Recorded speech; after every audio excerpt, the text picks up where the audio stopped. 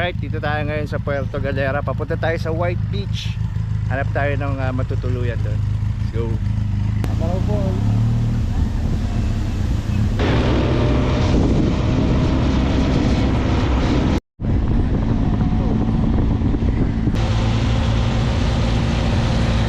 Alright, dito na kami ni Paula sa Puerto.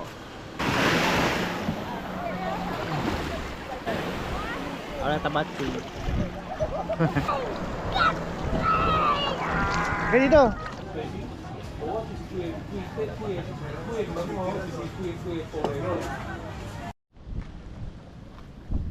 Okay, dito kami ngayon sa Muelle Port. Ayun, may dalawang bangka nila Luffy. Ito yung sa puntahan natin.